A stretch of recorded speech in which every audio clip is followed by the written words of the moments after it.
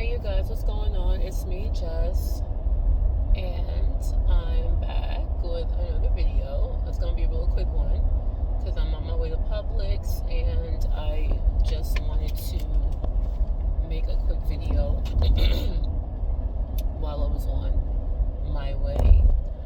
So, alright, so I just wanted to give you guys a quick little update. So, like I told you guys before, in the last video, keto is, and by the way, thank you guys for stopping by. For people, my new folks, people who've already been hanging with me. Some of you have been watching me for like years, so thank you for returning. But anyway, I just wanted to give you guys a little quick update on how my progress is. I told you guys I'm not perfect. I did share with you in that video about why it's important to not cheat on keto, because I did gain a few pounds back from that carb overload episode from Bucky's, because I really did overdo it. Let me just tell y'all real quick, my highest weight ever in life was 241 pounds. Okay, I'm 43 years old, I'm 5'8", all right, and I have no business being over 200 anyway. So that's like, I have several goals and I'm trying to make realistic goals, but my first goal is to get out the 200s, period. That's like my very first goal.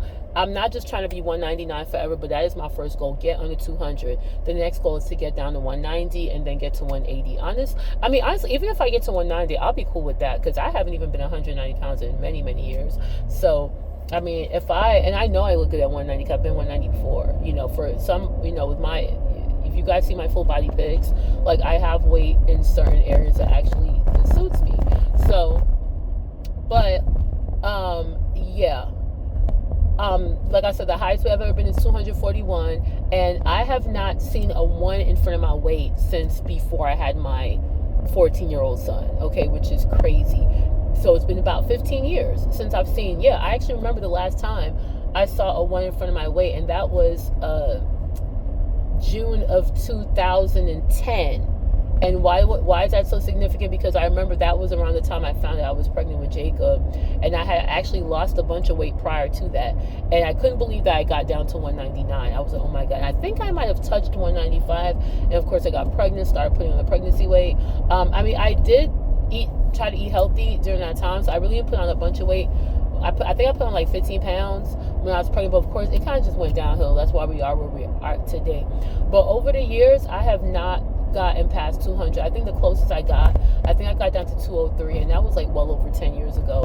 And like I said, being vegetarian, I really didn't feel like helped me get to where I need to be. I mean, I've been basically spending the past 15 years trying to lose the weight I want to lose. It is sad. I mean, past 15 years trying to get down to the weight I'm supposed to be at, and I've been yo-yoing for years, and I'm sick of it. And this is the first thing I've ever done that I feel for me is sustainable, that I enjoy and I want to stick to. The plant-based thing, even though I did it for 11 years, but it really didn't benefit me because it was too much junk that goes along with it. I mean, if you're going to be strict plant-based or raw vegan, then it could possibly work for you as far as keep maintaining a healthy weight.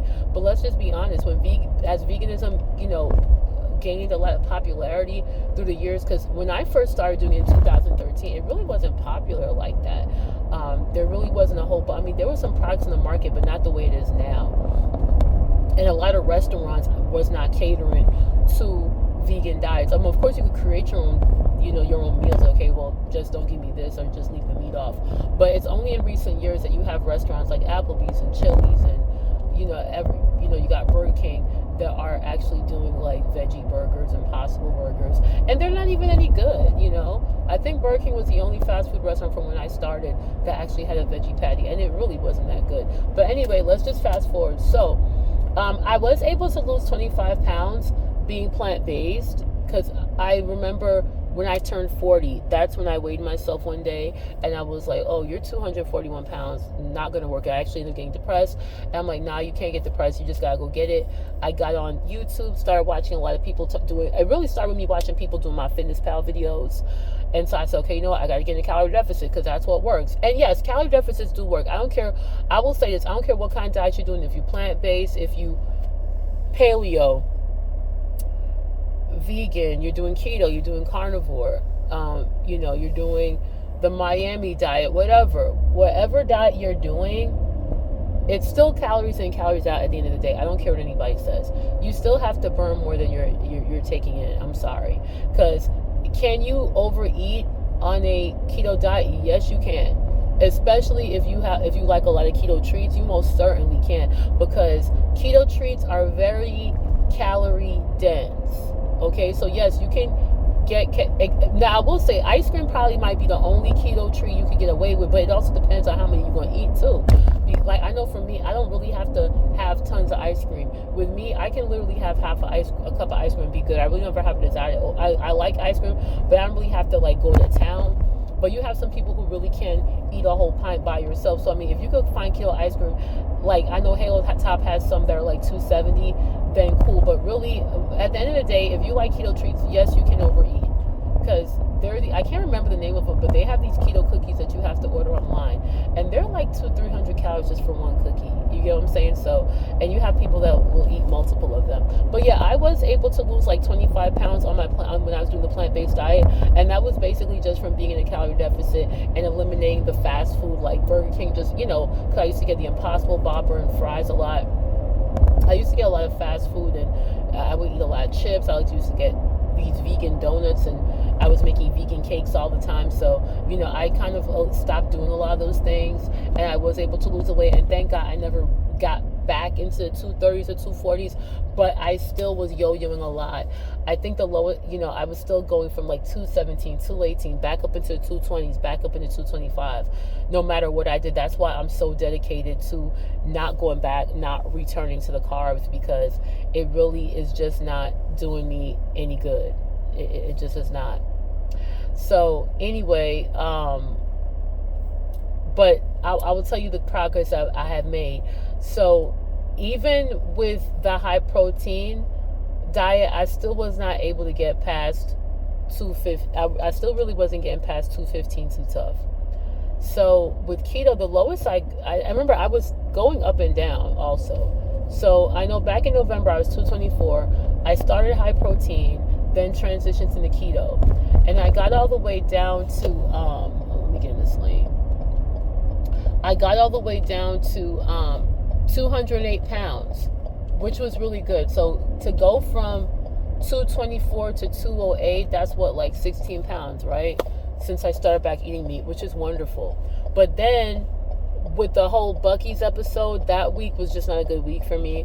I was, like I said, Buc-ee's sandwich. I ate a lot of those sugared pecans. I ate a lot of fudge. I had a keto cake that I made that I think I was overeating as well. So I was just, and then remember I ate a lot of fries also. I forgot about that. I ate a lot of fries at Chick-fil-A. You'd be surprised the damage you can do by overdoing it. That's why I said not to cheat on keto. And you might be gaining some water weight, but you might not be gaining fat right away. But I think the longer you take to lose that weight, then it will just start turning into fat. But I ended up going, I'm so mad at myself because I got down to 208 at the beginning of June, and I should have just been going down from that. I should have been under 200 at this point. Because of that whole episode, I went all the way back up to 214. No, get away from my car.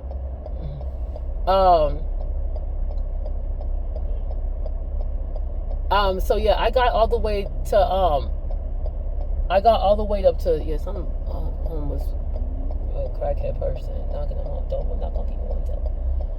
Oh, anyway, so I got all the way up to I got down to 208, and I should have been going down. After that whole episode of cheating, I got all the way back up to like 214, you guys. So, and this was just 2 weeks ago. So I had to get back strictly eating keto, walking every day. I've been doing the 5-mile walk every day, and it was a lot of teeter-tottering. I think it was just a lot of going back and forth. So anyways, I got on the scale this morning, and I'm down to 212.6, which I was happy about, because just up to the beginning of this week, I was at 214.6, like Monday. And today is Saturday, July 12th, and now I'm at 212.6. So I did lose 2 pounds this week. So I'm very motivated to just stay on this track. That's why I've been waking up early every single morning to go walk and go to my local park and walk, do the 5 mile trail, which I actually do enjoy. And even the days I don't get to go, like I've been going every day this week, but I didn't get to go this morning. So I did because my boyfriend was coming over off of work. We spent time together today. So I didn't want to waste time going to the park. I got to drive there. It's not far, but it's going to take me about an hour and a half to walk the whole thing. And, he was coming early. So I decided to do Thai bowl. I got up like 6 this morning. I did Thai bowl in my living room for 40 minutes, which that was cool. And I love that workout anyway. I love doing Thai bowl. I've been doing Thai bowls for like over 20 years.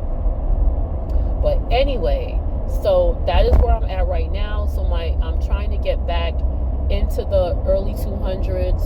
So hopefully, and I really don't want to weigh myself every day because that just drives me crazy and I just become obsessed with it. So I'm going to be, and I think this would be great for me to, hold myself accountable. So hopefully you guys, you should be getting another video from me next week saying that I lost another 2 pounds or 3. But my goal is that by next Saturday, that my weight is past 212, okay? And I'm trying to stay under 1,500 calories a day. That's my goal. Not to go, and even if I kind of go over, but I definitely shouldn't be. I don't want to go over 1,700, but I am trying to. That's a new goal I set for myself, to kind of stay under 1,500. And honestly, guys, even on keto, you can overeat. You can kind of go over your calorie count. So people say don't count calories. I really definitely think that you should. So because there are some keto meats, like for instance, like pork steaks and ribs and pork, those pork shoulder roasts and stuff. They are delicious and they're good, and I'm going to continue to eat them, but they are kind of calorie dense. So, and I know like if I have some ribs, I'm going to want to eat it with a piece of chicken. So you might have to decide, like if you're going to have some ribs, then that'll be it. It's just going to be the ribs and the veggies, because I do like to eat 2 meats sometimes. So those are just a few things I need to work on. But anyway, what I want to talk about real quickly is can you do keto alone? What to do when you're on this journey and you really don't have a lot of support or people around you that understand. Can you stay in it? And my answer is yes. Okay, a lot of times in life we have things that we try to do to better ourselves, and it's not a guarantee that even your own best friends or your partner or your kids or your co-workers are going to be on the same frequency with you. It most likely not. But I'm the type of person, I'm not a follower. I'm a Capricorn, first of all, and we like to do our own thing anyway. So I'm not a follower. I really don't. I'm a loner. Like the only people I really don't mind having around me most times is my kids to a certain extent and my partner, and that's about it. Like I love my friends, but I don't need to be up under people 24/7. So I have no problem like doing things on my own. Like, to be quite honest, like even when I do my 5-mile walk, I have friends who are always like, oh yeah, why don't you call me when you go? I want to go walk with you. And I'm like, okay, well I'll let you know. Okay, I'll call you. And I never do, because I actually prefer to walk by myself, because I can walk because by the time you're not really used to it, then you're going to want to talk the whole time, which that's fine because I like to talk, but then I might end up slowing down. Like when I'm analyzing everything I do, I have my watch. I always analyze my data when I'm done. I want to see how fast am I walking. Like yesterday, I was walking at 3.4. So if we're sitting down there walking and you're not walking as fast, or you're, whatchamacallit, we're talking, getting distracted, that's going to mess my whole workout. So me personally, I actually prefer to work out by myself. I don't need you to come to the gym with me. I don't need you to come on my walks with me. I mean, I'm not saying I wouldn't mind doing that once in a blue moon. Like I have a friend that lives in the same neighborhood as I do, and we did go walking one time throughout the neighborhood, but I don't really need to have somebody with me all the time. And so now I know Dr. Ken Berry says that it's better if you have a friend to do keto with. Now my son actually is doing keto with me. He wants to do with me, which does make it easier, because when I go to the grocery store, I can just worry about buying keto friendly stuff. I don't have to worry about buying anything to accommodate him or accommodate his taste.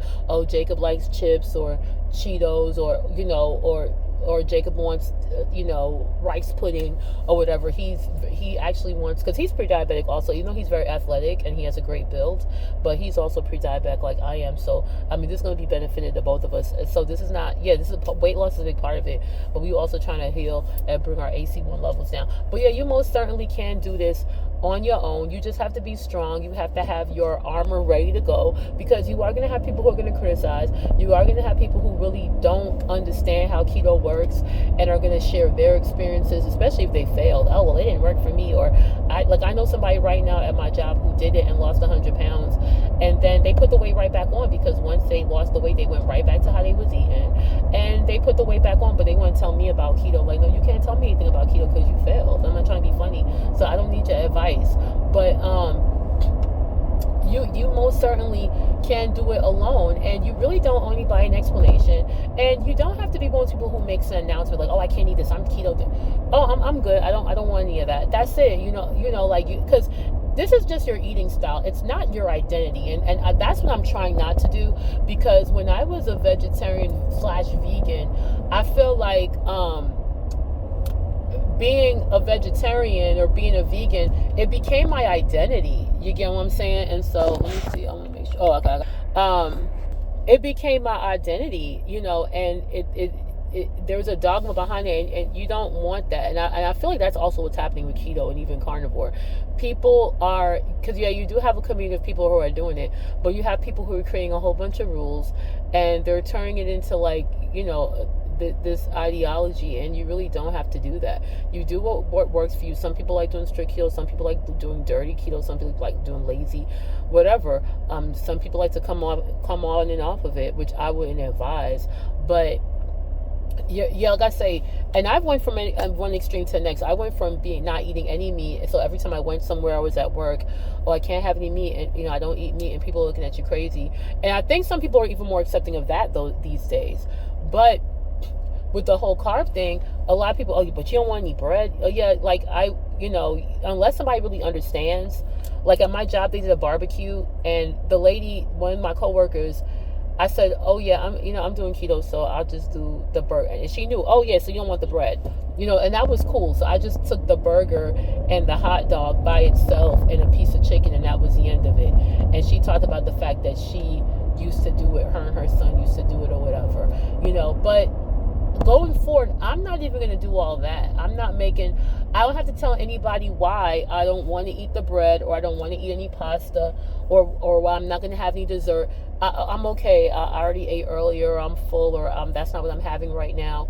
You just don't eat it, because at the end of the day, it's for your benefit. It's your health that you're concerned about.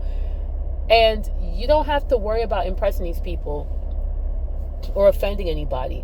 First of all, I really don't give a shit about what anybody else is eating, to be quite honest with you. So unless you're somebody close to me, but other than that, I really don't care. So it would not offend me if you don't want to eat something that everybody else is eating, or with something I prepared. Like my boyfriend, he's kind of a picky eater, and he doesn't like everything he does like a lot of food I make, but there's some things that I like that he does not. Like broccoli, I love broccoli, and he doesn't. So when I make broccoli, I just know not to put it on his plate. He doesn't like cauliflower, so that's out. If I make cauliflower, I just don't give him any. I'm not offended. I just, he does like cabbage, and we both like cabbage. So if I make cabbage, he'll eat it. He actually loves salad, which I'm thankful for. So, and I love salad. So like today I made us a chicken Cobb salad. So, but if there's something, that's his business. That's his taste. Everybody have a right to eat, and I think that's what I understand, even with online, like with the way vegans are, why are you mad about what somebody else is eating? It doesn't affect you. But yes, you most certainly can do this alone, and you can still have your friendships, still spend time with your family. You just have to be strong to know that, no, I'm not eating this. And the thing about it is that when you start doing keto, and I'm guarantee you this, those cravings are going to go away anyway. Like I cannot believe that I'm at a point in my life at 43 years old. I never thought I'd see the day when I have no desire to snack. Like I used to be Miss Snack once upon a time. I was a ultimate snacker. I always had a bunch of packaged foods in my house, chips, even if I thought it was organic. Oh, kettle cooked chips.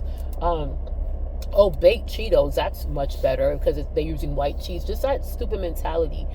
Granola bars, hummus. I had so much snacks Like, I remember when I used to track in my fitness pal, I did not know how to stop snacking. I used to see where I was eating anywhere from 800 to 1,000 calories for the snacks a day just for snacks. We haven't even gotten to the breakfast, lunch, and I did not know how to get out of it. You get what I'm saying? And it was a bunch of so-called healthy snacks, but I was eating so many of them.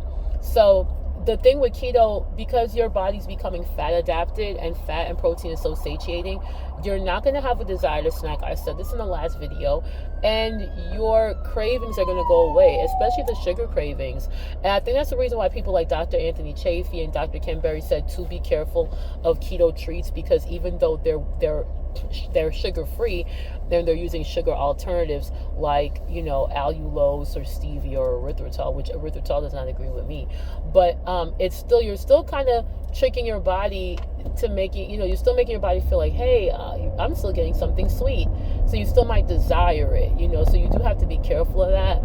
But I know that a lot of my cravings have gone away, and it's very easy to only eat 1 or 2 meals a day. I'm not at the 1 meal a day thing yet. I think I could definitely get there, but I know for a fact I'm definitely not eating 2 meals a day. I'm sorry. I don't eat 3 meals a day. I only eat 2 meals a day. That is it. I eat a late breakfast and I eat dinner, and my breakfast is it's like a breakfast I would get lunchtime. So I eat a breakfast / lunch, it'll be a breakfast I'm eating at lunch. Then I have dinner, okay? So like today I had eggs and bacon and sausage for breakfast this morning with half of an avocado, the small avocado. I had some strawberries and blueberries. And then for a snack, I had made a beef quesadilla, a beef and cheese quesadilla for Jake. I cut it into 6. I only ate 2 of them with some salsa. And tonight for dinner, I already have my chicken breast cooked and 2 strips of bacon. And I'm going to use it to make and I already got my egg boiled. And I'm going to use it to make a Cobb salad, because I definitely could see myself eating some dinner later on, because I am a little peckish right now, but I have my water in the meantime. But that'll be dinner later, and that is a very filling meal. So yeah, you guys, and that's about it. So yeah, though, like I say, I don't have a desire. Like even when I go out to I go and do these different orders at different grocery stores. I remember when I first started doing Shifty many years ago. Every time I went to a grocery store, I would buy snacks while I was there to eat in the car, because I'd be out doing Shift all day. Now I don't do that. This is what I keep in my car: Spindrift sparkling waters, and I always have my Stanley cup with me at all times. So I'd rather just fill up on water, sparkling water, and I'm good. But yeah, you're gonna be so satiated that your snacking is gonna cut down big time. And you might even eventually get tired of the keto treats, because I have 1 more box of Dunkin' Heinz Keto Mix, and I'm not replacing it. First of all, it's too sweet, it's too calorie dense, and I'm starting to realize I really don't need it. If I want something sweet, I'd rather have a few raspberries or some blueberries, or maybe 5 strawberries or something. But I really don't need to do that. So like I said, you most certainly can do this alone, because it's going to benefit you. What your goals are. And that's just it. And if the people around you can't support you, then it is what it is. That's on them. A lot of them don't even understand the science behind the keto diet. Even they'll say, oh, hey, you can have a donut, you could just burn it off later. It doesn't work like that. You're changing your body metabolically. This is not just your typical garden variety calorie deficit diet where you could just be like, oh shit, I ate a donut, I'll burn it off, let me go to the park and run and I'll burn it. It doesn't work that way. You eat 1 bad carb, go over your carb limit, and you're going to get kicked out of ketosis instantly. And now you got to go and redo that to try to get your body back on track. And it's not even worth it. And I already told y'all how crappy I felt after cheating. Like, my stomach was messed up. Digestion was messed up for like almost a week. I feel great now, but it took me a week to get back on track. It wasn't worth it to me. And some of these keto people don't really give a good advice. I think it was a lady named Keto Focus, I think. She had did a video saying, oh yeah, it's okay if you want to come off of keto when you go on vacation and you can get back on. That's terrible advice, because if you are on keto and you go on vacation and you eat a bunch of carbs, you're gonna feel like shit anyway. You're not gonna enjoy your vacation, and then you're gonna have to go through hell. It's gonna take you weeks just to get back into ketosis, and you're gonna feel like crap in the process. It's not worth it. So you gotta be careful too where you get your information from too, because they got people online that are supposedly keto and they're still giving terrible advice. So to me, it's not even worth the cheat. You're better off finding alternatives. When me and my boyfriend went on vacation, he took me on vacation during spring break, and guess what? Everywhere we went, I ordered a lot of delicious salads. I got shrimp, chicken. I tried to order. I got like the shrimp that in this cocktail sauce. A lot of different salads. We went to Walmart. We got some Halo Top ice cream because I'm like, instead of us buying ice cream, I'll just get a Halo Top. And that was it. And plus, we were in an Airbnb, so I had brought eggs, bacon to cook in the Airbnb, and some strawberries, and we ate at the Airbnb, so it was all good. But anyway, guys, I gotta go do this order. I might come back and finish this video. I'm not sure if there's a few more things I want to go over, but I'll probably come back in a little bit.